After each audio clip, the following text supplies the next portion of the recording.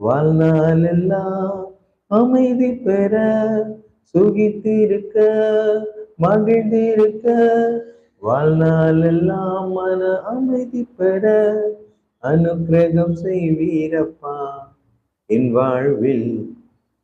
எத்தனை பேர் நம்புறீங்க ஆண்டவரே என் வாழ்க்கையில நீங்க அனுகிரகம் செய்ய போறீங்கப்பா, என் வாழ்க்கையை உயர்த்துவது முந்தின சீரை பார்க்கலாம், இந்த முந்தின ரசத்தை பார்க்கலாம், முந்தின வாழ்க்கையை பார்க்கலாம்.